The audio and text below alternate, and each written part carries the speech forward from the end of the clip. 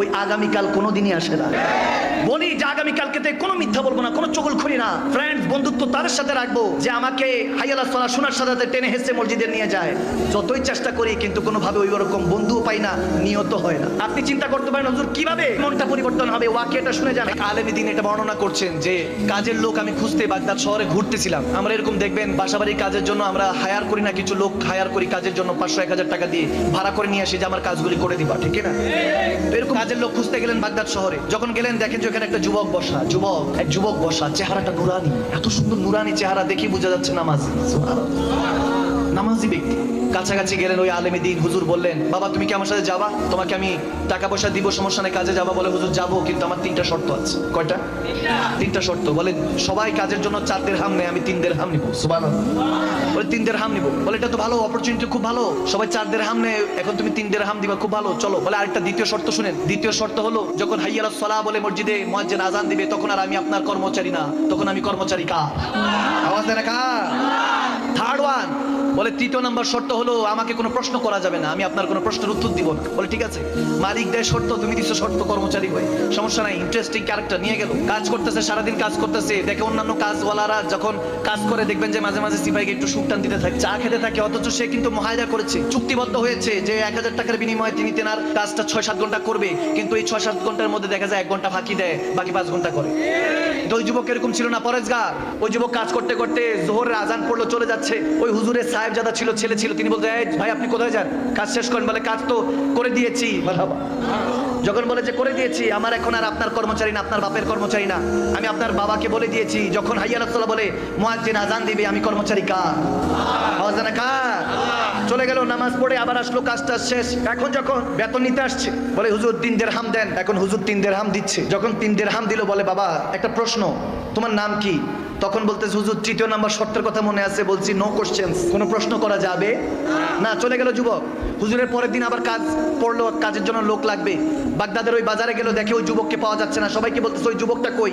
নুরানি চেহারা, নামাজি ব্যক্তি। সুবহানাল্লাহ। ওই যুবকটা কোথায়? বলে হুজুর উনি সপ্তাহে একবার আসে। বলে ঘটনা কি? একবার কেন? বলে একবারই আসে, তার নাকি 1 সপ্তাহে 3 দিরহামের খরচ লাগে। 3 দিরহাম কামাইলে এটা দিয়ে 1 সপ্তাহের খাবার দাবার ব্যবস্থা হয়ে যায়। বলে তারপর কি করে? বলে তারপর নাকি আল্লাহ বিল্লাহ করে, জিকির আজকার করে, মদিনাওয়ালার প্রেমে নাকি ডুবে থাকে। বলে এরকম যুবকই তো দরকার। বলে আগামী সপ্তাহে আসলে পাবো। বলে পাবেন হুজুর। আগামী সপ্তাহে আসলো, এসে দেখে যুবক দাঁড়িয়ে আছে। ওই হুজুর গিয়ে সালাম দিল, ওয়ালাইকুম সালাম। যুবক উত্তর নিল। পরে বলছে, বাবা আমার একটা কাজ আছে, যাবা? হুজুর যাবো, কিন্তু শর্ত তো 3টা মনে আছে। বলে হ্যাঁ মনে আছে। তো শর্ত মনে আছে, চল বাবা। নিয়ে গেল, কাজ শেষ হলো। এরকম 1-2 সপ্তাহ চলে গেল। হুজুরের প্রয়োজন পড়লো, দেখতেছে ওই যুবককে খুঁজতেছে, পায় না। বলে হুজুর গত সপ্তাহ থেকে আসে না। বলে কি হয়েছে? বলে নিশ্চয়ই কোনো সমস্যা হয়েছে। বলে ছেলেটা থাকে কোথায়? বলে হুজুর থাকে হলো বাগদাদের শেষ কবরস্থানের পিছনে একটা কুটুরি, একটা ছোট্ট ঘরের মধ্যে থাকে। হুজুর গেলেন, গিয়ে দরজার মধ্যে যখন এভাবে নক নক টোকা দিলেন, টোকা যখন দিলেন, ভিতর থেকে যুবক আওয়াজ করলো, হুজুর আপনি এসেছেন? আপনি এসেছেন? তখন বলে হুজুর দরজা খোলা আছে, আসেন। হুজুর যখন ভিতরে গেল, গিয়ে দেখে ছেলেটা কাতরাচ্ছে, অসুস্থ, অনেক অসুস্থ, দুর্বল হয়ে পড়েছে। তখন হুজুর বললেন যে ব্যাপার কি? তুমি কিভাবে বুঝলা যে আমি আসছি? বলে হুজুর গরিবকে দেখতে ধনী তো আসবে না, কোনো আল্লাহ ওয়ালাই তো আসবে, কোনো আল্লাহ ওয়ালাই তো আসবে, কোনো ধনী তো আর আসবে না। বলে বুঝতে পেরেছি হুজুর আপনি এসেছেন, আপনার অপেক্ষা ছিলাম। হুজুর সময় শেষ, বড় তাড়াহুড়ে আছি, আজকে হয়তোবা রুটা পারওয়াজ করে যাবে, আজকে হয়তোবা ইন্তেকাল হয়ে যাবে, আজকে রাতেই আমার ডাক চলে আসবে, আমাকে চলে যেতে হবে আপনার কাছে।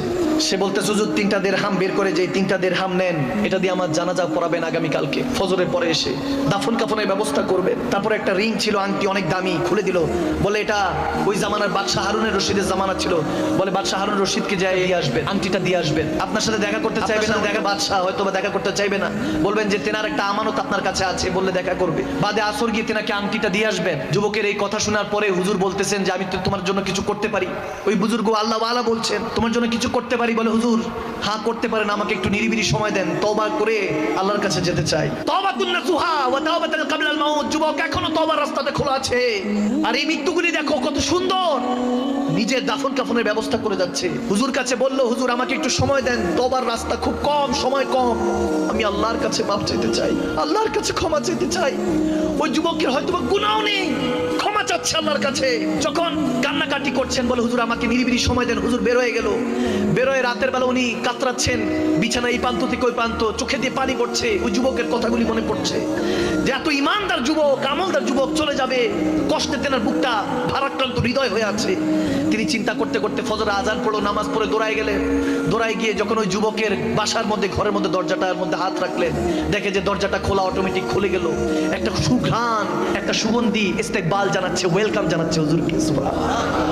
एक खुशबू आती थी और मैं भटकता जाता था, रेशमी हवा थी और मैं तकता जाता था, जब तेरी गली आया सच तभी नजर आया, मुझ में ही वो खुशबू थी जो तुमने दिलवाया।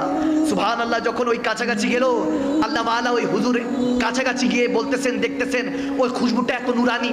বলতেছেন ওই যুবকের কাছে গেলাম, চেহারা থেকে পর্দাটা সরালাম, চাদরটা সরিয়ে দেখে এত নুরানি হয়ে আছে, মনে হয় কাকে জানি দেখতে দেখতে দুনিয়া থেকে চলে গিয়েছে।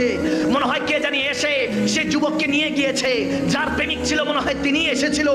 এখন চিন্তা করতেছেন ওই যুবককে দাফন কাফনের ব্যবস্থা করতে হবে।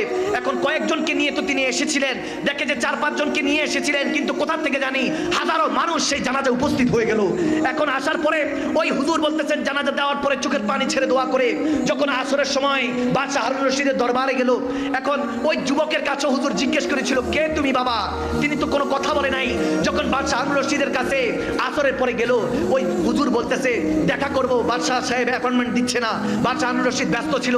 যখন বলল আপনার একটা আমানত আছে, একটা রিং আছে, তখন দেখা পেল, খাস কামরায় গেল।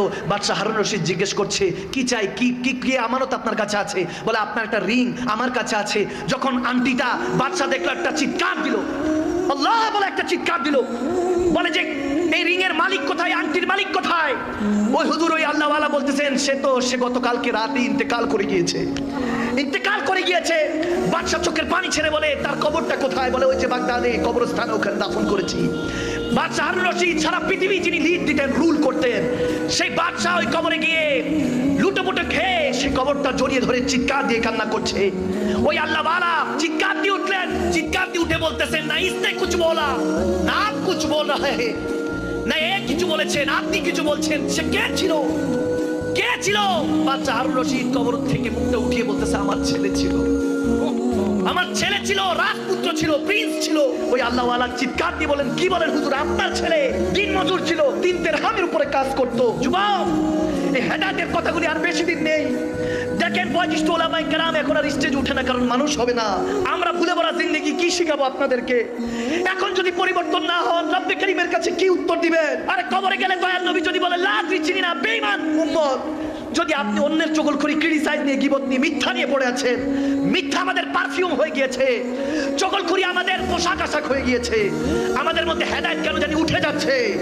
ওই আল্লাহ ওয়ালা চিৎকার দিয়ে বললেন, হুজুর আপনার ছেলের এই মারিফত কি, এই রহস্য কি? বলে হযরতে দাউদ তাই আলাইহির রহমান সে মুরিদ ছিল। আমার ছেলে যখন একজন আল্লাহ ওয়ালার সঙ্গে জ্ঞাপন করেছেন, ওয়াকুনু মা সাদিকিন, কোরআনের কথা অনুযায়ী, ইন্নাল্লাযীনা ইউবাইউনাকা ইন্নামা ইউবাইউনাল্লাহ, যখন আমার নবীর গোলামির মধ্যে চলে গিয়েছেন, আল্লাহ ওয়ালা হয়ে গিয়েছিল আমার ছেলে। আমার ছেলে তো আমার ছেলে ছিল, কিন্তু দেখেন যেতে যেতে একটা রিং তার কাছে ছিল, এটাও ফেরত দিয়ে দিয়েছে। বলেছে যে বাবা এত ঢাল সম্পত্তি করে গিয়েছো, কি জবাব দিবা? তিনি যদি তোমাকে প্রশ্ন করে কি উত্তর দিবা? আমার ছেলে আমার মুর্শিদ, আমার শেখ হয়ে গেল। শেষে যেতে যেতে সে আমাকে শিক্ষা দিয়ে গেল, এই দুনিয়ার আপনজন আজকে আছে, কালকে নাই। দয়ার নবী, মায়ার নবী আপনা সদাই, যাওয়ার সময় কিছু নিয়ে যায় নাই। ভাইরা আমার, তখন বাদশা হারুন রশিদ বলছে, ছিল তো আমার ছেলে, কিন্তু আমাকে এমন শিক্ষা দিয়ে গেল যে বাবা এমন দুনিয়া সাম্রাজ্য করেছো, কি হিসাব দিবা?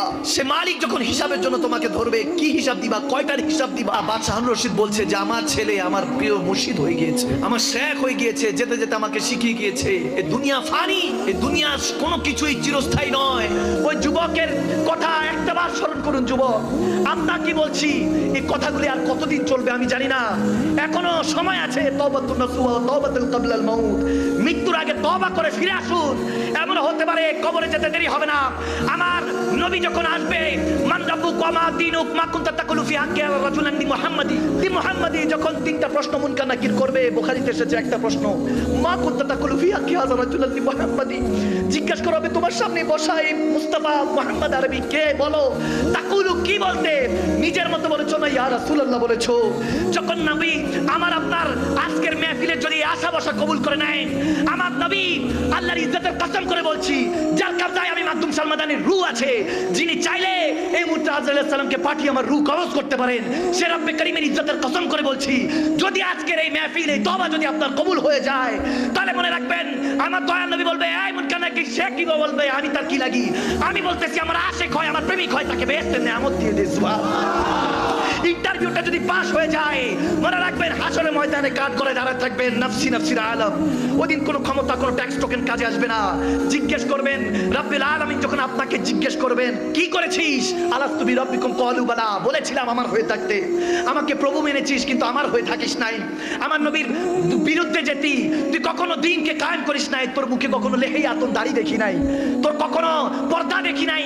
যখন এই অবস্থা হবে হাসরের ময়দানে, যখন কাঠ করায় আপনি নাফসি নাফসি করছেন, আদম সাফিউল্লাহ থেকে ঈসা রুহুল্লাহ পর্যন্ত আপনার মা বাবা আত্মীয় স্বজন কেউ যখন কোনো কাজে আসবে না, খোদার কসম করে বলছি, ওই মুহূর্তে আপনি যখন নাফসি নাফসির আলমে ডুবে আছেন, ওই কোটি কোটি নাফসি নাফসির মধ্যে একটা আওয়াজ বের হবে, রব্বি হাবলু উম্মতি, রব্বি হাবলু দিবা। সে মালিক যখন হিসাবের জন্য তোমাকে ধরবে, কি হিসাব দিবা, কয়টার হিসাব দিবা। বাদশাহ হারুন রশিদ বলছে যে আমার ছেলে আমার প্রিয় মুর্শিদ হয়ে গিয়েছে, আমার শেখ হয়ে গিয়েছে, যেতে যেতে আমাকে শিখিয়ে গিয়েছে এ দুনিয়া ফানি,